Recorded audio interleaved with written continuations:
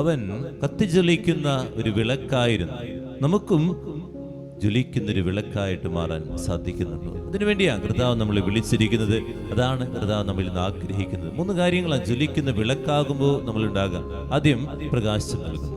ഞാൻ ജ്വലിക്കുന്നുണ്ടോ എന്നറിയണമെങ്കിൽ എൻ്റെ അടുത്ത് വരുന്നവർക്ക് അല്ലെങ്കിൽ എൻ്റെ കൂടെയുള്ളവർക്ക് എനിക്ക് പ്രകാശം നൽകും. നന്മയുടെ പ്രകാശങ്ങൾ നൽകാൻ എനിക്ക് പറ്റും. ഞാൻ തിന്മയായിരിക്കുകയില്ല, തിന്മയുടെ വാക്കുകൾ ഉച്ചരിക്കുകയില്ല, തിന്മയെ നയിക്കുകയില്ല. നന്മയുടെ പ്രകാശം, ദുഷ്ടതകൾ നൽകുകയില്ല, എപ്പോഴും പെറുപെറുപ്പുകൾ ഉണ്ടാകുകയില്ല. എൻ്റെ നാവിൽ നിന്നും എൻ്റെ പ്രവൃത്തിയിൽ നിന്നും നന്മകൾ മാത്രമായിരിക്കും കടന്നു വരിക. 2, സ്വയം എരിയുന്നു. സഹനങ്ങൾ ഏറ്റെടുക്കുന്ന വ്യക്തിയായിട്ട് മാറും. സഹനങ്ങൾ വരുമ്പോൾ ഓടി ഒളിക്കുന്നവരല്ല. ഇതെന്തിനാണ്?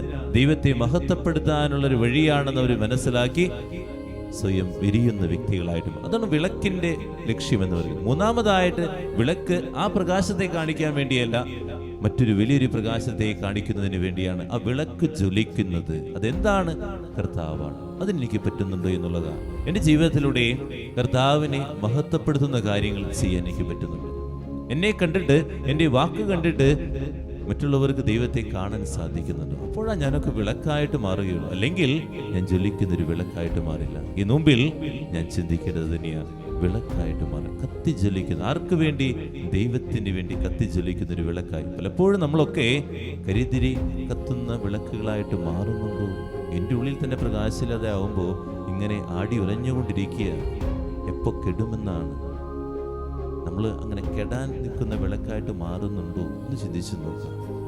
ദൈവം ഉള്ളിലില്ലെങ്കിൽ അത് കെടുന്ന വിളക്കുകളായിട്ട് മാറും. ഒരു കാര്യം ഉണ്ടാകില്ല, ആരും എൻ്റെ അടുത്ത് വരികയില്ല, ഒരു പ്രാണി പോലും വരില്ല എന്നുള്ളതാണ്. വിളക്കിൻ്റെ അടുത്ത് ചില പ്രാണികൾ വരും, ആ പ്രകാശങ്ങൾ. നമ്മുടെ അടുത്തൊരു പ്രാണിയെങ്കിലും വരുമെന്ന് ചിന്തിച്ചു നോക്കുക. അല്ലെങ്കിൽ എൻ്റെ ജീവിതം കൊണ്ട് ഒരു ഉപകാരമില്ല.